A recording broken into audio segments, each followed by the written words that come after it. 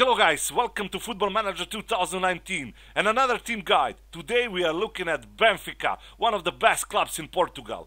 And we are going to check their finances, team dynamics, best players and of course what kind of tactic best suits to this team. So let's start from the finances.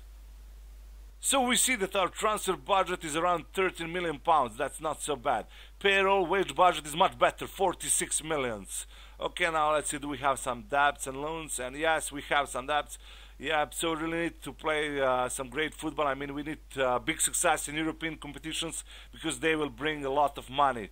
And maybe we need to sell some great players. We have a lot of debts, that's a problem.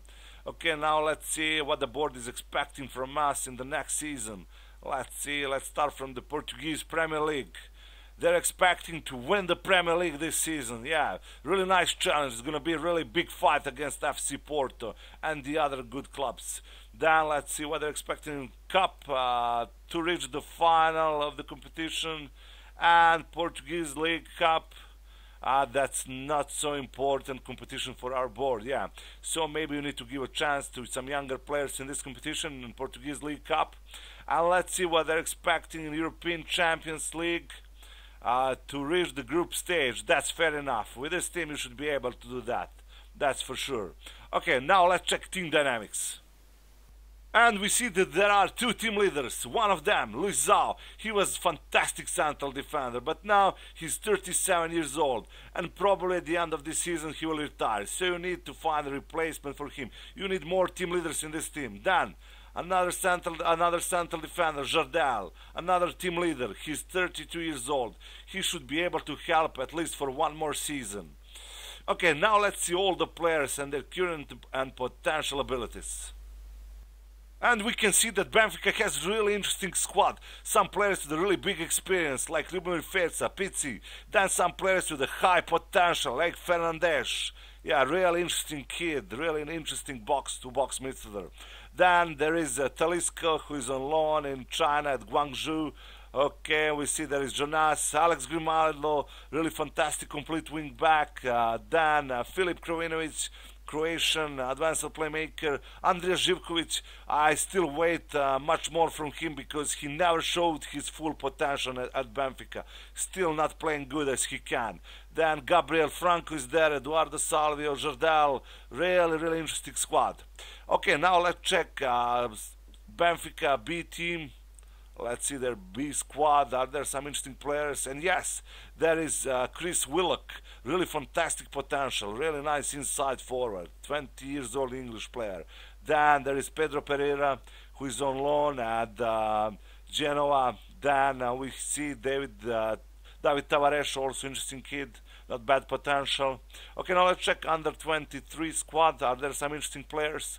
And yes, there are. As we see that Benfica has really great youth school. Some really fantastic kids with a great potential. Like Florentino Luis, also very nice deep line playmaker. Miles Wirel, fantastic goalkeeper, really fantastic potential. Then we have Pedro Alvaro, also great central defender, nice potential. Joao Felix, Nuno Santos, so many players with a really high potential. Then let's check under 19 squad, and yes, there are some really fantastic kids like Rafael Brito, wing back, fantastic potential. Paulo Bernardo, Henrique Arroyo, really nice kids, yeah.